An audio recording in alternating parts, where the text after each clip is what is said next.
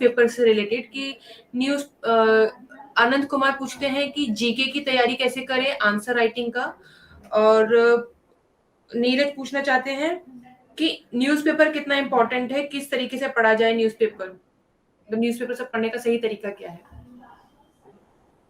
जैसे आपने कहा था 4 घंटे लगते हैं। So this is ma'am to sir or to me? आप दोनों ही जवाब दे दिए क्योंकि आप दोनों अपने एक्सपीरियंस दे देंगे। ओके सर, पहले आप दे दीजिए, इसके बाद मैं बच्चा मैं देता हूँ। हाँ, ये जैसा कि कुलभूषण सर ने बोला कि ये एक सीव है, छलनी है, ये स्क्रीन है यूपीएससी का एग्जाम। तो आपको भी स्क्रीनिंग करना, इसमें it is all about selection, it is all about screening. आपको स्क्रीनिंग प्रोसेस में जिस तरह का सिस्टम यूपीएससी इस्तेमाल करता है, आपको भी करना होगा अपने जो रीडिंग मटेरियल, स्टडी मटेरियल के स्क्रीनिंग में।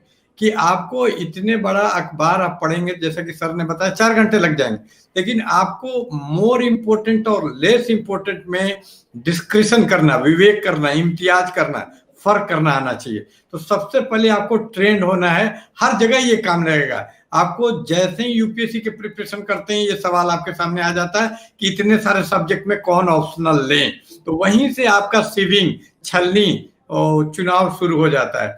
तो आप जैसे कोई भी अखबार पढ़ते हैं तो सबसे पहले तो ये स्क्रीनिंग सोचता है कि इतने सारे अखबारों में कौन सा अखबार पढ़ें, इतने सारे अखबारों में कौन सा अखबार पढ़ें। फिर वो जब आपका सिलेक्शन कंप्लीट हो जाता है तो फिर होता है उस अखबार में कौन से सेक्शन पढ़ें और उस सेक्शन में क्या पढ़ें। तो आपको सबसे पहले you have to train yourself कि ये सिलेक्शन प्रोसेस, इंपॉर्टेंट को चूज करना, और important with respect to syllabus. It goes without saying कि ये आपको सिलेबस को आप अपने सामने रखिए, चिपका लीजिए अपने टेबल, स्टडी टेबल के सामने, और जो सिलेबस है आप देखिए कि क्या रिलेवेंट है। तो आप अगर ध्यान से, ज्यादातर हम लोग माइंडलेसली पढ़ते हैं, विदाउट एप्लीकेशन ऑफ माइंड पढ़ते हैं। बैक ऑफ माइंड में हमको सिलेबस रखना होगा। तो कुछ दिनों बाद धीरे धीरे आपका दिमाग ट्रेंड हो जाएगा कि सिलेबस का इसमें क्या क्या है। और जो भी, जैसे मैं एग्जाम्पल दूंगा कि एक बार फिजी की राजधानी का नाम पूछा गया कि क्या है, सुआ। तो वो लोगों को डिफिकल्ट क्वेश्चन लगा और लोगों ने क्या किया कि वो यूपीएससी में सारे जितने भी कंट्री हैं उसकी राजधानी आती है, तो ये करीब 196 या 200 कंट्री होगा, तो उसको आप रखते जाएंगे तो बहुत ज्यादा मेहनत। तो ये गलत अप्रोच है।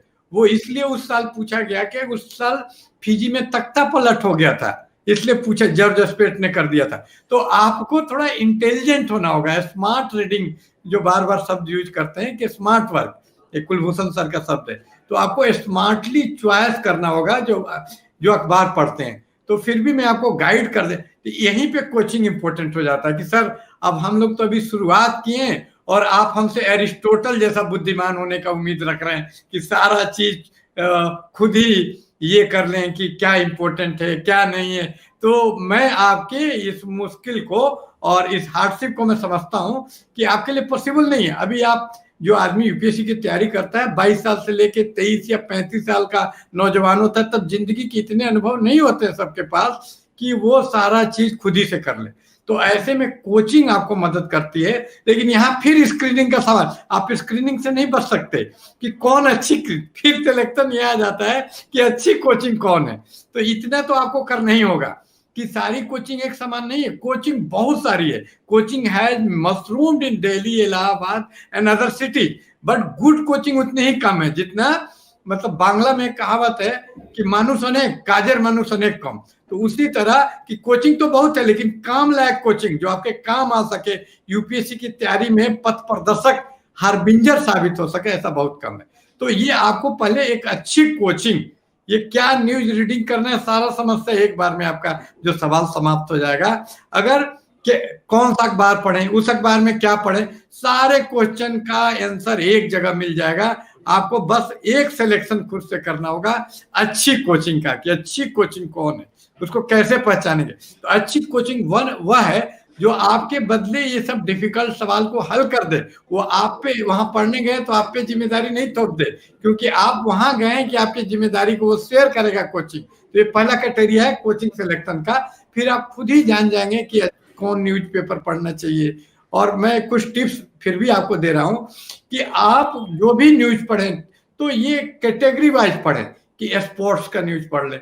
जो जनरल न्यूज नहीं पढ़ें कि इसकी पत्नी का हत्या कर दिया पति ने, वो आपके काम का नहीं है। आपका काम का क्या है, जो कैटेगराइज न्यूज है, जो कैटेगोरिकली दिया रहता है, जैसे स्पोर्ट्स का न्यूज।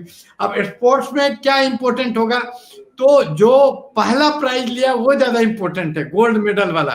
तो जो गोल्ड मेडल किसी को मिले तो धीरे धीरे आप ट्रेंड हो जाएंगे। फिर फिल्म का सेक्शन है, तो फिल्म के सेक्शन में ये मत देखिए कि अभी कौन क्या आ गया, क्या हंगामा मचा है। फिल्म में पुरस्कार ज्यादा इंपॉर्टेंट है, जो सबसे बोरिंग कोई नहीं पढ़ता।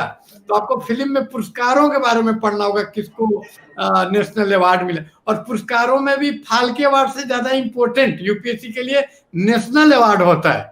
उसमें नेशनल अवार्ड से प्रश्न आएंगे, किसको, किस बांग्ला फिल्म को मिला। तो इस तरह से धीरे धीरे ये टिप्स सारे कोचिंग में मिल जाते हैं। और पॉलिटिकल न्यूज में क्या पढ़ेंगे, तो पॉलिटिकल न्यूज में ये जैसे हाल ही में मंत्रिमंडल विस्तार हुआ, तो आपको जानना होगा कि किस क्या फेरबदल हुआ।